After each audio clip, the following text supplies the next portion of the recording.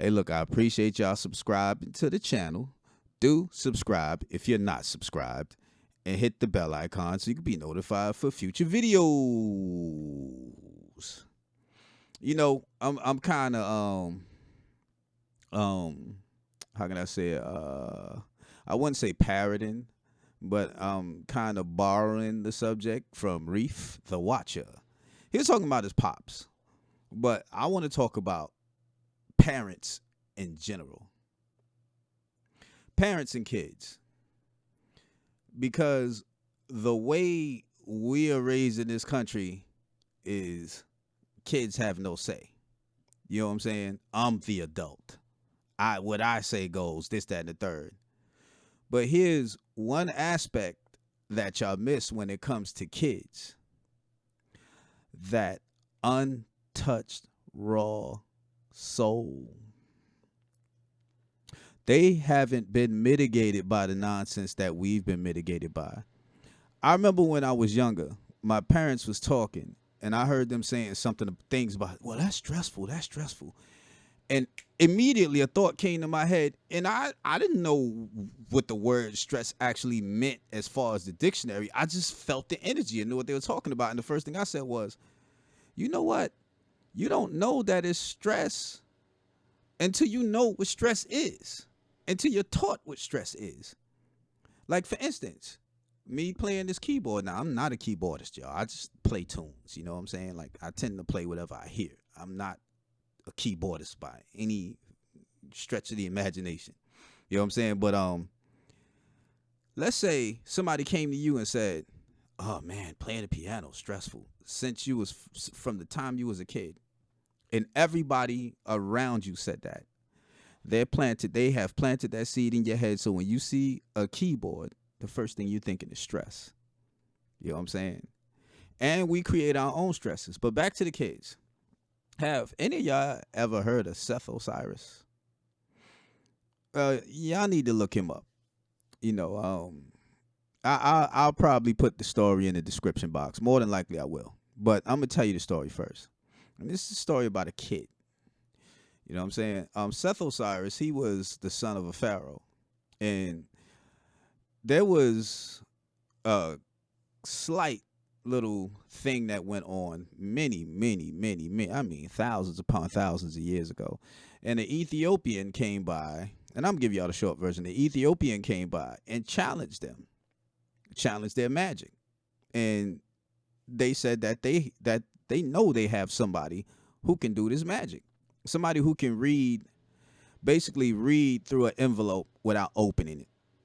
You know what I'm saying? And while they were struggling to find a wizard, here comes the son.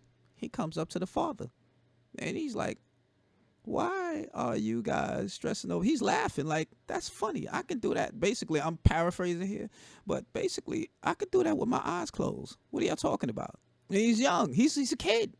And he's like, his father's like, "Man, whatever, man. You know what I'm saying? I'm giving y'all the black version. Well, it is the black version. My bad, but the hood version. But anyway, he's like, "Man, you get out of here. You can't do that. All right, let me go ahead and write this letter right here. Let me put this in the envelope. I'm gonna give it to you, and then you read it."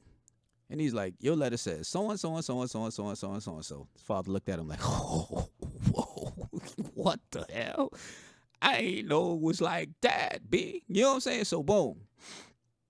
They go back to the Ethiopian. This Ethiopian was like 7 feet tall. They say he was real dark, and his teeth was like white as pearl white, white as white can be. You know what I'm saying? And so he came up and he said, and when he came up, the pharaoh said, "I have a wizard here who can read your letter." And he pulled up his son, and everybody in there crap all on him. Like, "Oh, man, that little kid don't know nothing, man. Get the hell out of here.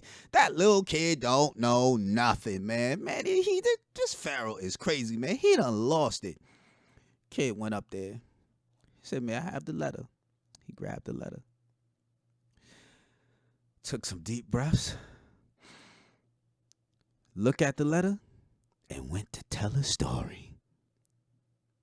And upon him in the middle of the story, he said, "So far, am I a true Ethiopian?" Ethiopian said, "Yes, he is true," in a humbling way.